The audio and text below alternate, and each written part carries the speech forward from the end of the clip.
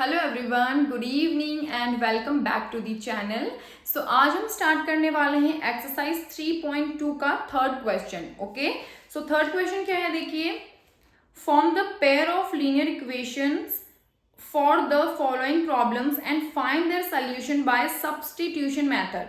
तो हमें इन क्वेश्चंस में थर्ड पार्ट के जितने भी क्वेश्चंस हैं उनमें हमें क्या करना है, हमें पेयर ऑफ लीनियर इक्वेशंस बनानी है और उसे सब्स्टिट्यूशन मेथड से सॉल्व करना है, जैसे हम ये फर्स्ट और सेकंड क्वेश्चन में करते हुए आए। ओके, तो स्टार्ट करते हैं। देखो फर्स्ट क्वेश्चन, तो फर्स्ट क्वेश्चन क्या पूछ रहा है हमसे, थर्ड पार्ट का first question. Okay, first question देखिए, the difference between two numbers is 26 and one number is 3 times the other, find them. हमें टू नंबर्स का डिफरेंस दिया हुआ है 26। ओके, हमें टू नंबर्स का डिफरेंस दिया हुआ है 26, बट हमें वो टू नंबर्स पता नहीं है। ओके, कि किसका ये डिफरेंस है 26। तो जो चीजें हमें पता नहीं होती हैं वो हम लेट कर लेते हैं। ओके, तो देखो हम लेट क्या करेंगे, इसमें टू नंबर्स हमें लेट करना है, यानी कि वन नंबर x और टू नंबर y, यानी कि फर्स्ट हम x नंबर ले लेते हैं और सेकंड y ले लेते हैं। सो क्या हो जाएगा इसमें, let the first number be x, okay, and the second number be y। ठीक है, अब देखो फर्स्ट लाइन में वो क्या बोल रहा था कि the difference between two numbers is 26, यानी कि हमें अब टू नंबर्स हमने लेट कर लिए हैं, क्योंकि हमें इसमें टू नंबर्स दिए नहीं है कि किसका डिफरेंस 26 है। ओके, हमें सिर्फ ये दिया है कि difference between to number is 26। ठीक है, तो हमने लेट कर लिए हैं टू नंबर्स। तो ये बोल रहा है कि difference between two numbers means x minus y. ठीक है, इन दोनों का डिफरेंस। ठीक है, x minus y is equal to 26। Okay, difference between two numbers is 26। ये हमारी फर्स्ट इक्वेशन बन गई है। Okay, and one number is 3 times the other means one number, okay, is one number is 3 times the other। Okay, 3 times मतलब उसका 3 गुना। Okay, one number is 3 times the other, other मतलब कि y। Okay, सो ये हमारी second equation बन गई है। अब देखो हमें इस इक्वेशंस को, इन दो इक्वेशंस को सब्स्टिट्यूशन मेथड से सॉल्व करना है, जैसे हम करते हुए आए हैं। ओके, सो देखो ये तो वैसे भी बहुत इजी हो गई है हमारे लिए, क्योंकि इसमें x की जो वैल्यू है वो पहले से हमारे पास अवेलेबल है। ओके, तो हम क्या कर लेंगे, इस इक्वेशन में x की वैल्यू को फर्स्ट इक्वेशन में पुट कर देंगे। ओके, सो देखो putting the value of x in equation first. तो हमें x की जो वैल्यू है उसे हमें इक्वेशन 1 में पुट करना है। तो इक्वेशन 1 क्या है, x minus y is equal to 26। ठीक है, और x की वैल्यू है 3y, तो x की वैल्यू हम पुट कर लेंगे 3y minus y is equal to 26। Okay, 3y minus 1y क्या हो जाएगा, 2y इज इक्वल टू 26। तो y इज इक्वल टू यहां से 26 अपॉन 2, तो y इज इक्वल टू 1 3, 2 1 जा 2, 2 3 जा 6। ओके, तो y की वैल्यू 13 आ गई है। ओके, नेक्स्ट हम क्या करते हैं, एक वेरिएबल की जो वैल्यू हमारी फाइंड हो जाती है उसे हम दोनों में से किसी भी इक्वेशन में पुट कर देते हैं। ओके, सो देखो यहाँ पे y की वैल्यू 13 आ गई है, हम क्या करेंगे, putting the value of y in equation 1। ठीक है, किसी भी इक्वेशन में हमें पुट करनी है वैल्यू। तो इक्वेशन 1 है हमारी x minus y is equal to 26, x minus y की value 13 is equal to 26. Okay, तो x is equal to 26 plus 13, x is equal to 39.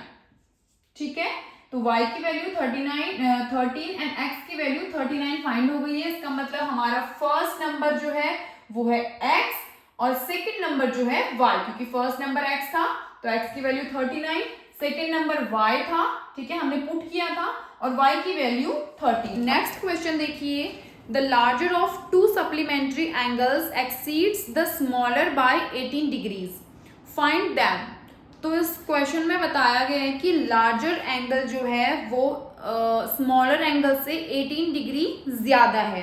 ठीक है, यानी कि लार्जर एंगल और स्मॉलर एंगल का जो डिफरेंस है वो 18 डिग्री है.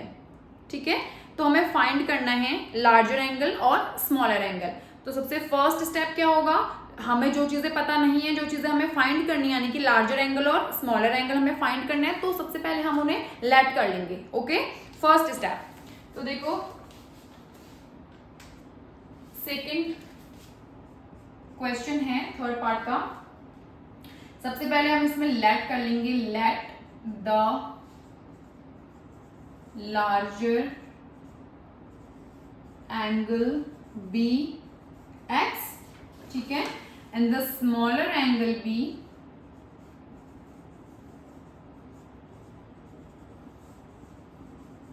वाई. ठीक है, फर्स्ट स्टेप्स में ये होगा. ओके, अब देखो हमसे बोला गया है कि लार्जर एंगल जो है स्मॉलर एंगल से 18 डिग्री ज्यादा है. मतलब कि लार्जर एंगल स्मॉलर एंगल से 18 डिग्री ज्यादा है, यानी कि लार्जर एंगल और स्मॉलर एंगल का डिफरेंस 18 है.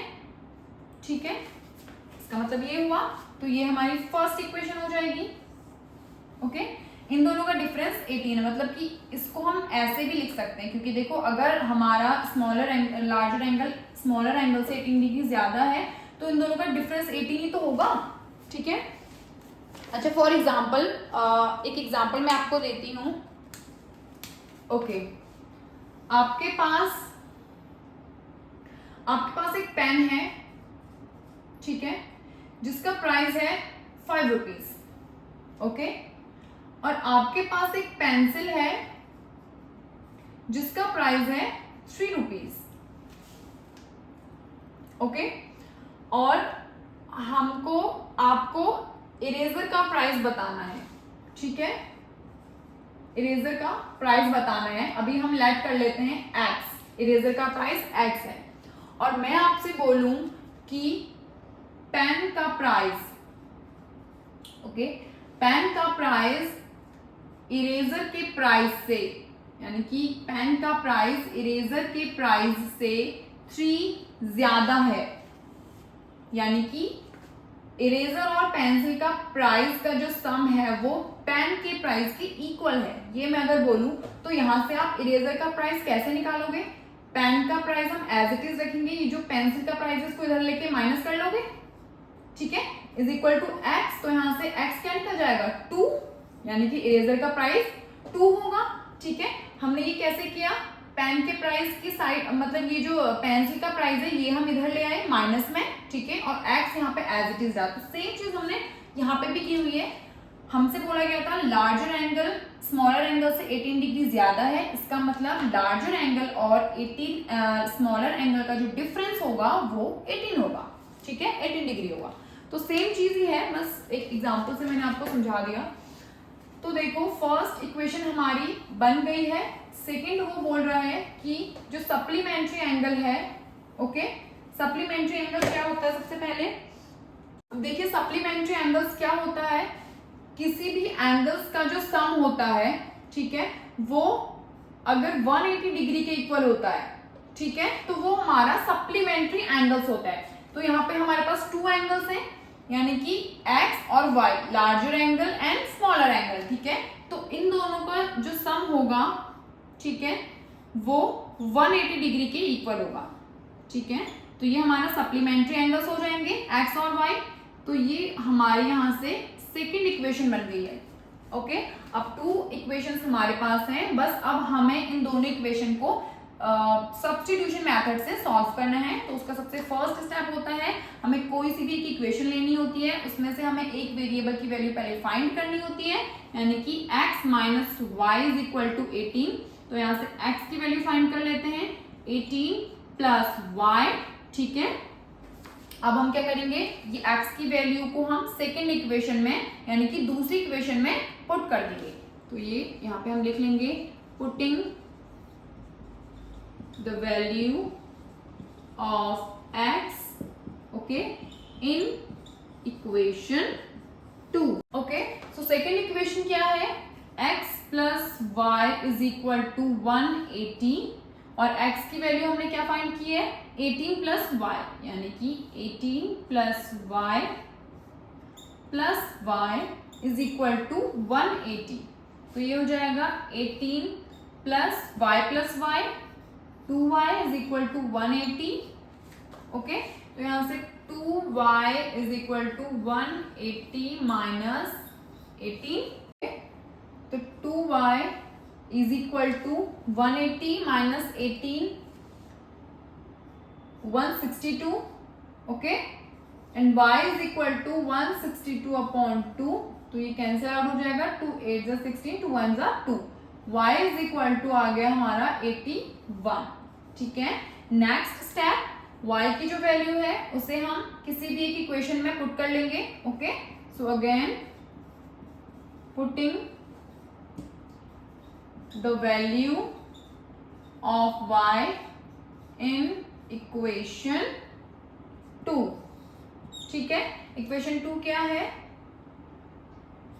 x plus y is equal to 180। Okay, x plus y की value 81 is equal to 180। So x is equal to 180 minus 81, तो x इज इक्वल टू 99। ठीक है, तो x की वैल्यू 99 एंड y की value हमारी 81 फाइंड हो गई है। ओके, नेक्स्ट क्वेश्चन देखिए, the coach of a cricket team buy 7 bats and 6 balls for ₹3800। Later she buys 3 bats and 5 balls for ₹1750। Find the cost of each bat and each ball. तो देखो, इसमें बताया गया है कि एक कोच हैं, क्रिकेट कोच हैं, जिसने 7 बैट्स और 6 बॉल्स 3800 में खरीदी हैं।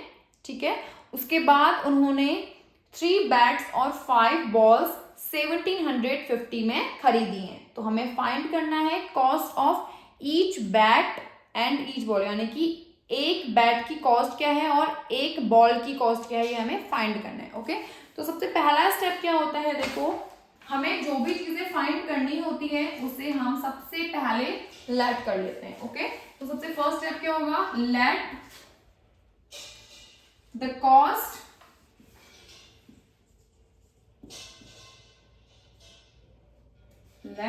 Cost of 1 ball. ठीक है, पहले बैट है ना, तो 1 bat is equal to x। Okay, and cost of 1 ball is equal to y। Okay, अब देखिए इसमें बोला गया है कि 7 बैट्स एंड 6 बॉल्स इतने रुपीस के हैं, यानी कि 7 बैट्स क्या हमने लेट किया है x, तो 7 को x से मल्टीप्लाई कर देंगे।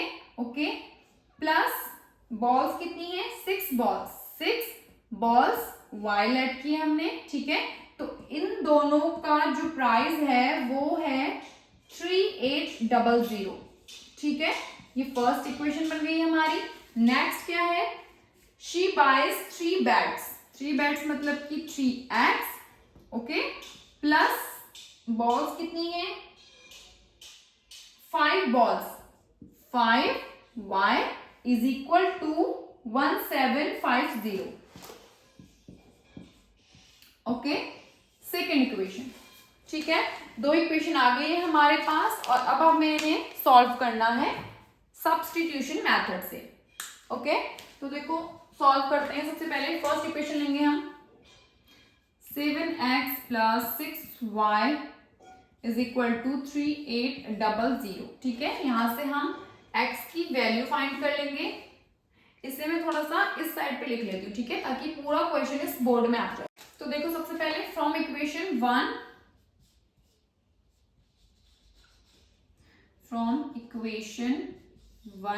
ठीक है, इक्वेशन 1 से हमें x की वैल्यू फाइंड करनी है। इक्वेशन 1 है हमारी 7x + 6y = 3800। तो यहाँ से 7x = 3800 - 6y।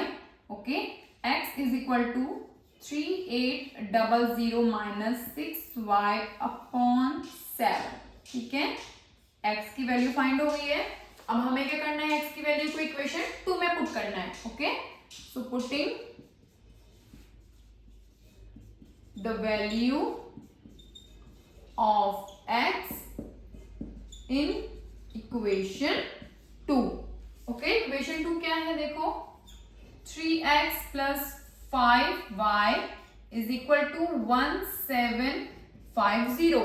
ओके, तो पुट कर लेते हैं 3 × x की ये पूरी वैल्यू आ जाएगी इधर 3800 - 6y / 7। ठीक है, plus 5y as it is रहेगा = 1750।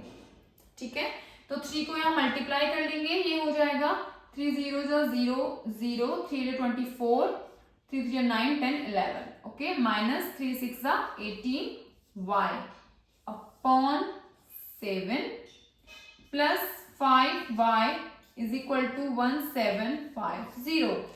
ओके, अब यहाँ पे हम एलसीएम ले लेंगे।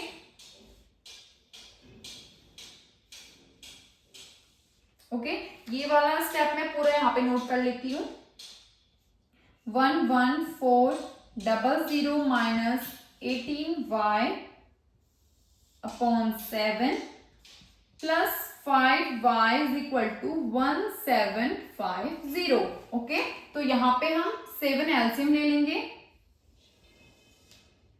ठीक है, देखो 7 से 7 को डिवाइड करेंगे 1 को इन दोनों टर्म से मल्टीप्लाई करेंगे तो सेम टर्म आ जाएंगी। 11400 - 18y प्लस इसके अपॉन में 1 है तो डिनोमिनेटर को डिनोमिनेटर से डिवाइड करेंगे 7। ठीक है, 1 को 7 से डिवाइड करेंगे 7 और 7 5 × 35। y = 1750। ओके, अब देखिए जो y वाले टर्म्स हैं उनको एक साथ रख लीजिए।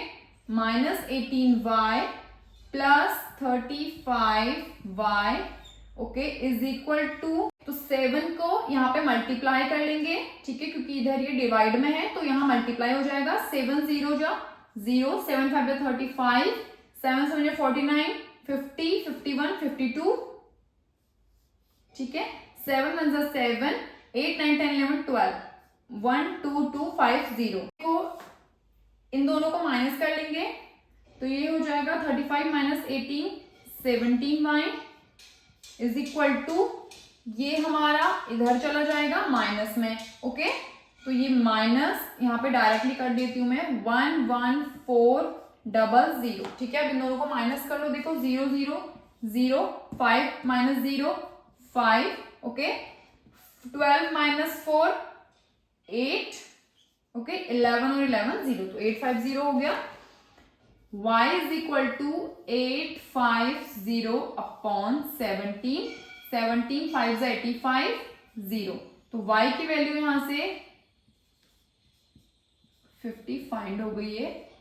ओके, अब हमें क्या करना है, y की वैल्यू को किसी भी इक्वेशन में पुट कर देना है। ठीक है, तो इक्वेशन 1 में पुट कर लेते हैं। Okay, so again putting the value of y in equation 1। Okay, equation 1 क्या है, देखो 7x + 6y = 3800। ठीक है, y की वैल्यू 50 है तो 7x एज इट इज रहेगा +6 इंटू 50 इज इक्वल टू 3800, ठीक है। 7x प्लस 6 5 35, 6 5 30, ओके 300, ठीक है, ओके इज इक्वल टू 3800। यहां से 7x इज इक्वल टू हो जाएगा 3800 माइनस 300, ओके। तो ये आ जाएगा 0 minus 0 0 0 0 0, 8 minus 3 5 and 3 3500। 7x is equal to 3500, ठीक है। 7x इज इक्वल टू आया हमारा 3500, तो x is equal to 3500 upon 7, 7 5 35 0 0, तो x की वैल्यू हमारी 500 फाइंड हो गई है, ठीक है। तो x is equal to 500 and y is equal to 50, तो हम लिख लेंगे यहाँ पे the cost of one bat, ठीक है, equal to 500, the cost of one bat, ठीक है।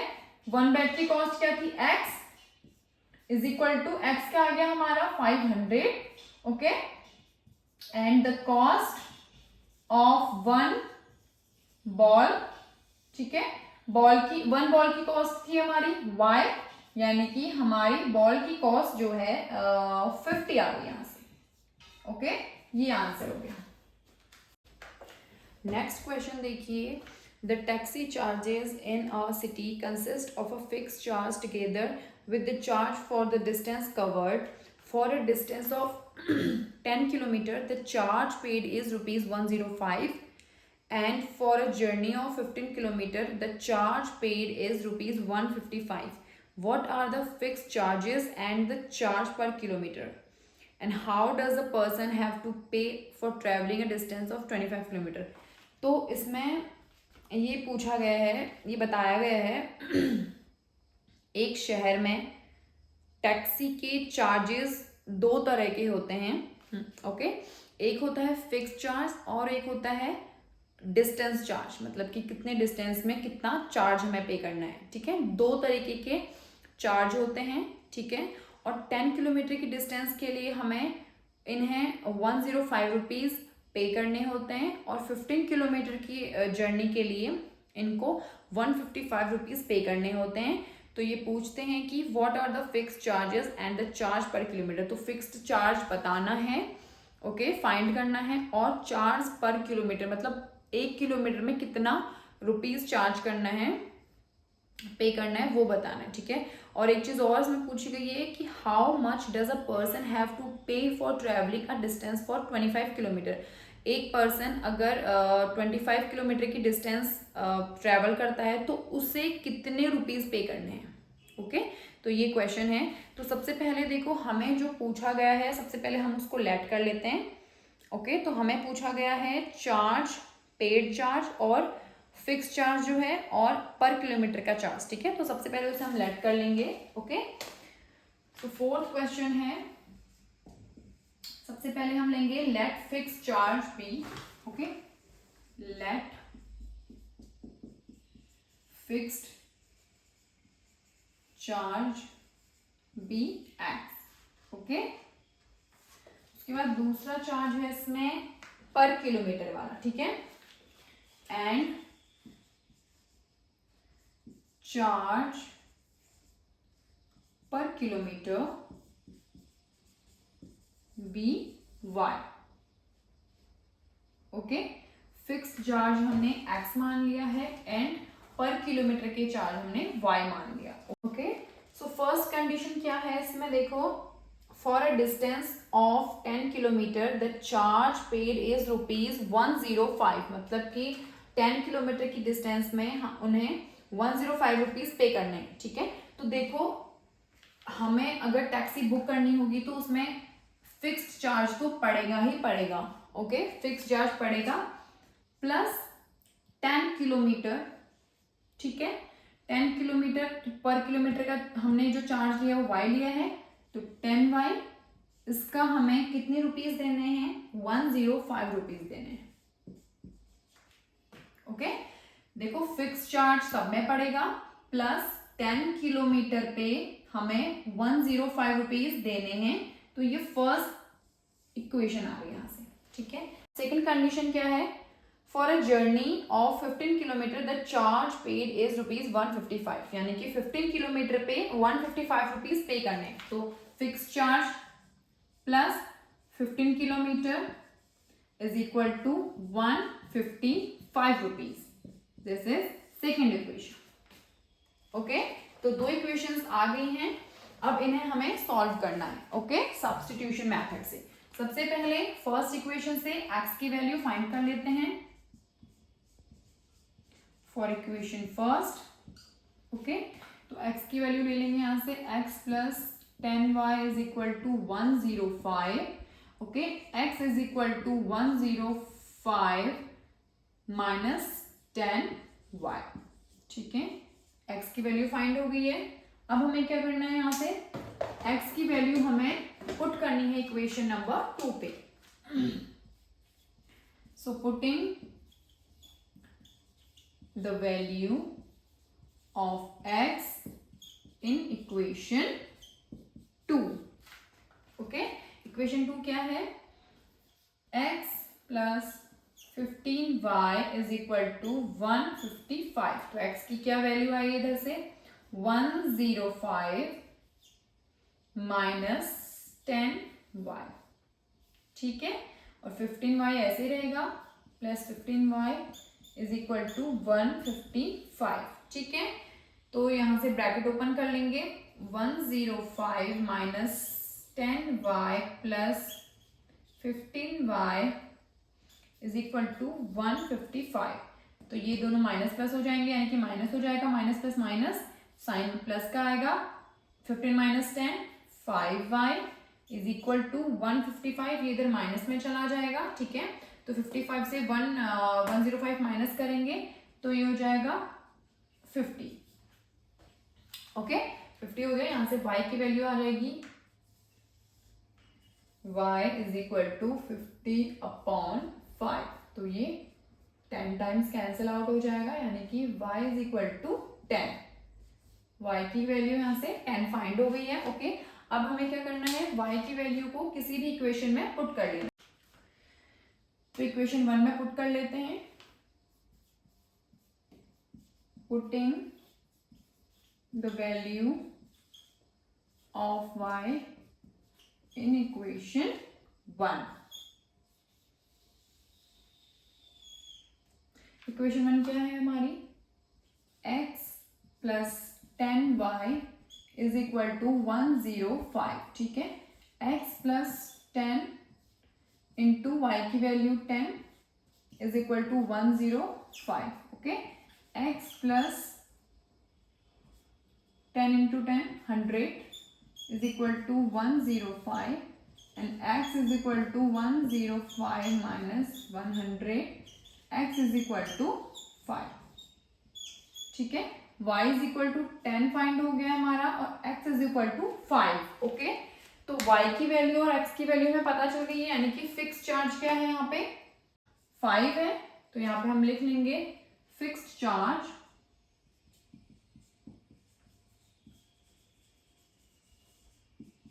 x is equal to 5 and charge per kilometer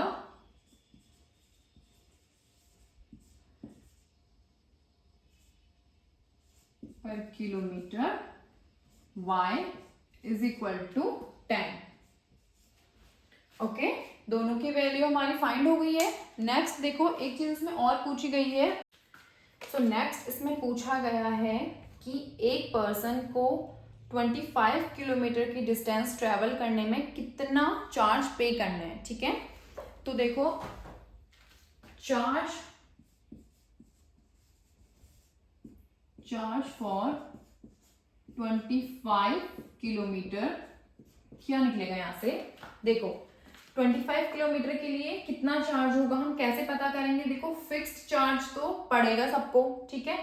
fixed charge तो सबके लिए है, okay. Fixed charge plus 25 kilometre का बताना है, तो 25 मल्टीप्लाई पर किलोमीटर का चार्ज, ठीक है, पर किलोमीटर चार्ज क्या है y, okay, is equal to, ये क्या हो जाएगा, x की वैल्यू हमारी क्या फाइंड हो गई है 5, ओके, प्लस 25 मल्टीप्लाई y की वैल्यू 10, तो 10 से ये मल्टीप्लाई हो जाएगा, ये आ जाएगा इधर से 5 प्लस 250 यानी कि 255 रुपीज, 255।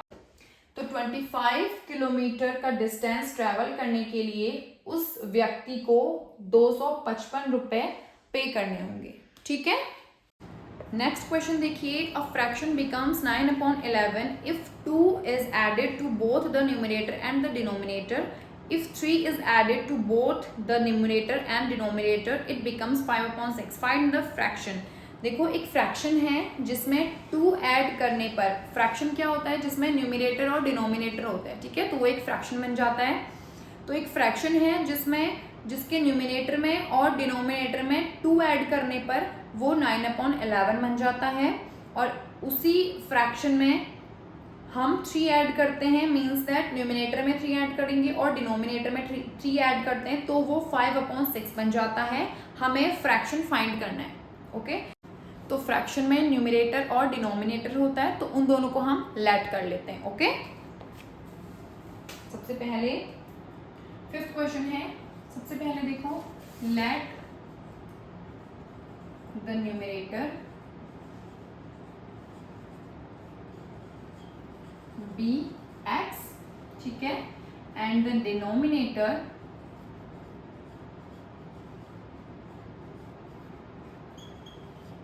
बी y, ठीक है, हमने ये लेट कर लिया। अब देखो कंडीशन क्या है इसमें, हम किसी भी फ्रैक्शन में, अब सबसे पहले हम इसे फ्रैक्शन वाली फॉर्म में लिख लेंगे, ठीक है, न्यूमरेटर x है और डिनोमिनेटर हमारा y है, ठीक है। फर्स्ट कंडीशन देखो, a fraction becomes 9/11 if 2 is added to both numerator and denominator, यानी कि हम अगर किसी फ्रैक्शन में के न्यूमिनेटर में 2 ऐड करेंगे और डिनोमिनेटर में भी 2 ऐड करते हैं, तो वो फ्रैक्शन बन जाता है 9/11। समझ में आया, ठीक है।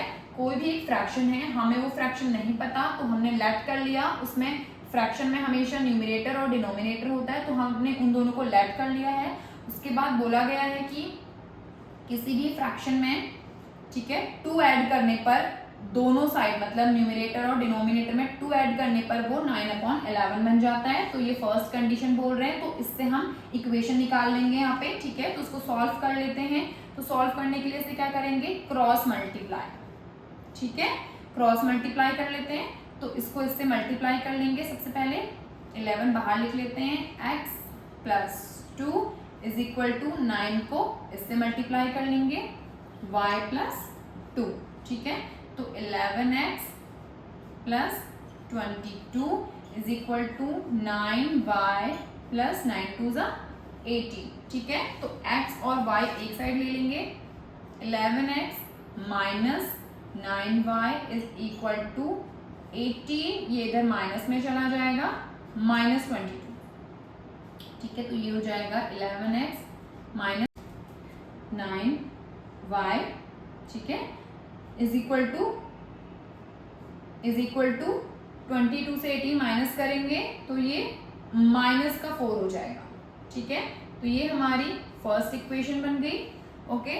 अब सेकंड कंडीशन क्या बोल रहे हैं, देखो वो बोल रहा है कि हमें इसी फ्रैक्शन में, मतलब कि x और y इसी फ्रैक्शन में हमें 3 ऐड करना है न्यूमरेटर और डिनोमिनेटर में, तो वो 5/6 बन जाता है, ठीक है। तो सेम चीज करनी है हमें, x अपॉन y दोनों में 3 ऐड कर लेंगे, ठीक है।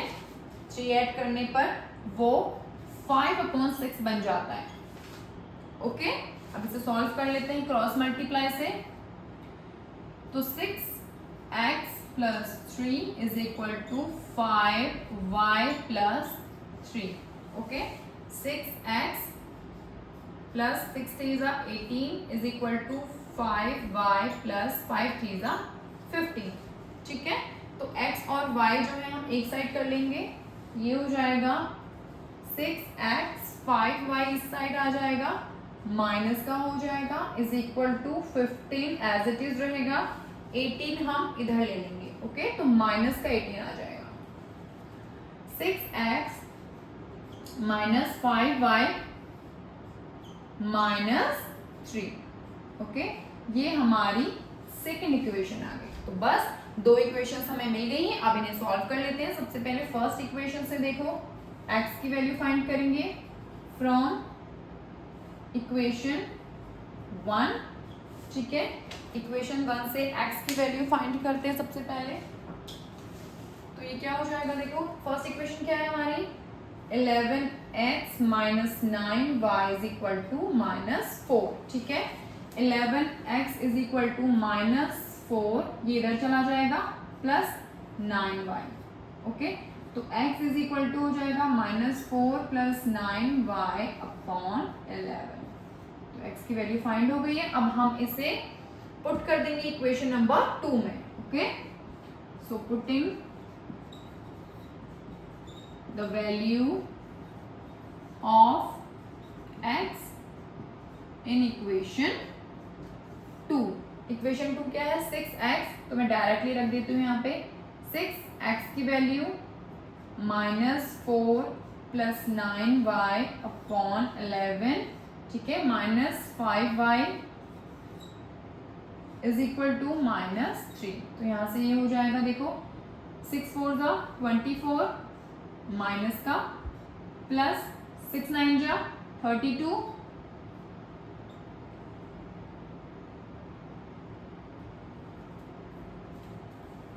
6 9 जा 54 y, ठीक है, upon 11 minus 5y is equal to minus 3।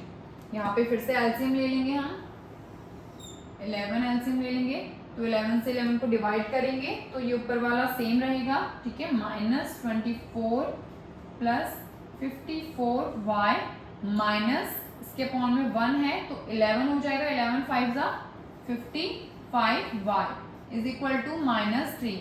तो ये इक्वेशन क्या बन जाएगी, देखो y और y वाले टर्म्स को हम कैलकुलेट कर लेंगे, तो ये हो जाएगा माइनस का y, ठीक है, ओके। 11 को यहाँ मल्टीप्लाई कर लेते हैं डायरेक्टली, 11 3 जा 33 और ये वाला टर्म उधर चला जाएगा, ये माइनस का है तो ये प्लस का 24 हो जाएगा, ओके। तो minus y is equal to आ जाएगा 24 से 33 को माइनस कर लेंगे क्योंकि माइनस प्लस माइनस होता है, ठीक है, 24 यानी कि ये 9 हो जाएगा माइनस का, ओके, माइनस से minus cancel, so y is equal to 9, ठीक है। y की वैल्यू 9 आ गई है। अब हमें y की वैल्यू किसी भी इक्वेशन में पुट कर लेनी है, इक्वेशन 1 या इक्वेशन 2 में, ठीक है। तो इक्वेशन 1 में हम 9 की वैल्यू पुट कर लेते हैं, ओके। सो y की वैल्यू हमने 9 फाइंड कर ली है, ओके, उसे हम इक्वेशन 1 में पुट कर लेंगे। So putting the value of y in equation 1, ठीक है। इक्वेशन 1 क्या है हमारी, 11x minus 9y is equal to minus 4। 11x as it is रहेगा, माइनस 9y की वैल्यू 9 है is equal to minus 4। 11x minus 9 9 जा 81 is equal to minus 4। 11x is equal to minus 4 plus 81। 11x is equal to 77, okay, and x is equal to 77 upon 11, 7 times cut हो जाएगा तो x की value 7 आ गई है, alright. x की value 7 आ गई है यानी कि न्यूमरेटर हमारा 7 आ गया है और डिनोमिनेटर 9। तो हम इसे फ्रैक्शन में लिख लेते हैं। हमारा फ्रैक्शन क्या बन गया इधर से, फ्रैक्शन 7 अपॉन 9, ओके, ये हमारा आंसर है। नेक्स्ट क्वेश्चन देखिए, 5 years hence the age of Jacob will be 3 times that of his son. 5 years ago Jacob's age was 7 times that of his son. What are their present ages? इस question में दो characters हैं, उनकी as की बात की जा रही है, ठीक है। तो उसमें बोला गया है कि 5 साल बाद जैकब की जो एज है वो उसकी बेटे की एज की 3 गुनी हो जाएगी, ओके। और 5 साल पहले 5 years एगो जैकब की जो एज थी वो उसके बेटे की एज की 7 गुनी थी, मतलब 7 गुनी थी, ठीक है। तो उनकी प्रेजेंट एज बतानी है, मतलब अभी वो किस एज के हैं वो बतानी है। उसके पहले की एज ये लोग बता रहे हैं और उसके बाद की एज बताइए, तो वो दो कंडीशंस बताई हुई हैं। तो हमें फाइंड करनी है उनकी एजेस, प्रेजेंट एजेस। सबसे पहले हम लेट कर लेते हैं जैकब की एज और उसके बेटे की एज, ठीक है। तो फर्स्ट कंडीशन देखो, सबसे पहले हमें क्या करना है, इसमें 6th क्वेश्चन है, ओके। तो सबसे पहले हम लेट कर लेंगे, लेट एज ऑफ जैकब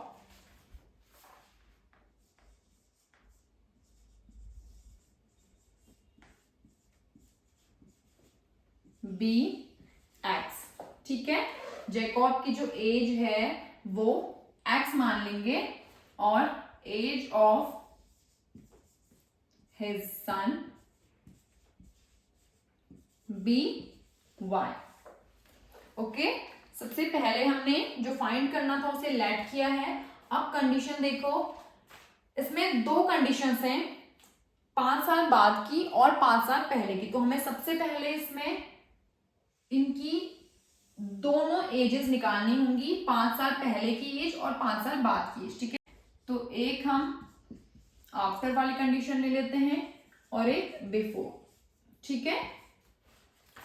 तो देखो आफ्टर 5 ईयर में क्या कंडीशन है, 5 साल के बाद जैकब की जो एज है, जैकब की एज हमने एक्स लेट की है, ठीक है।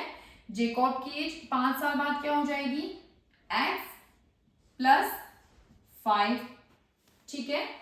जो भी एज होती है, हमारी एज अभी जैसे मेरी एज 20 ईयर्स है, ओके। तो 5 साल बाद मेरी एज क्या हो जाएगी, 20 + 5 यानी कि 25, ठीक है। तो मुझे तो मेरी एज पता है कि 20 है, ओके। तो यहाँ पे जैकब की एज नहीं पता, ठीक है। तो हमने एक्स लेट की है, तो 5 साल बाद जैकब की जो एज होगी वो एक्स प्लस 5 होगी, ओके। और उसके बेटे की एज क्या होगी 5 साल के बाद, y + 5। अगर जैकब की एज बढ़ेगी तो उसके बेटे की एज भी बढ़ेगी ना 5 साल, ठीक है। तो 5 साल बाद जैकब की एज ये हो जाएगी और उसके बेटे की एज ये हो जाएगी। और कंडीशन देखो क्या है, 5 years hence the age of Jacob will be 3 times that of his son, यानी कि 5 साल बाद ये बोल रहे हैं कि मेरी एज मेरे बेटे की एज की 3 गुनी हो जाएगी, ठीक है। ये इसमें ये फर्स्ट कंडीशन है, जैकब की एज उसके बेटे की एज की 3 गुनी हो जाएगी, यानी कि 3 से उसको मल्टीप्लाई कर देंगे, ओके।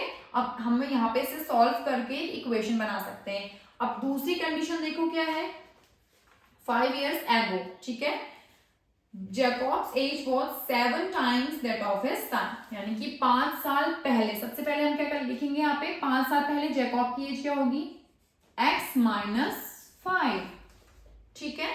5 साल के बाद जो एज होती है उसे ऐड कर देंगे और 5 साल पहले जो हमारी एज थी हम उसको माइनस कर देंगे। जैसे मेरी एज अभी 20 है, तो 5 years एगो मेरी एज क्या होगी, 20 - 5 यानी कि 15 साल होगी 5 साल पहले।